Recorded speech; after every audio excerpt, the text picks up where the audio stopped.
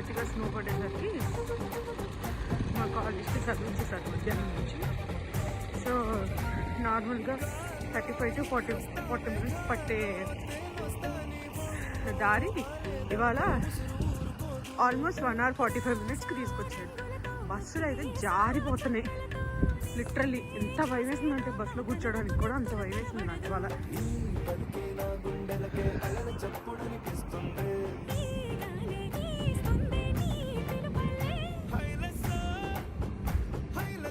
చెట్లు పుట్టలు కమ్యూనిటీ అనమాట. ఇది ఒక ప్లే స్కూల్.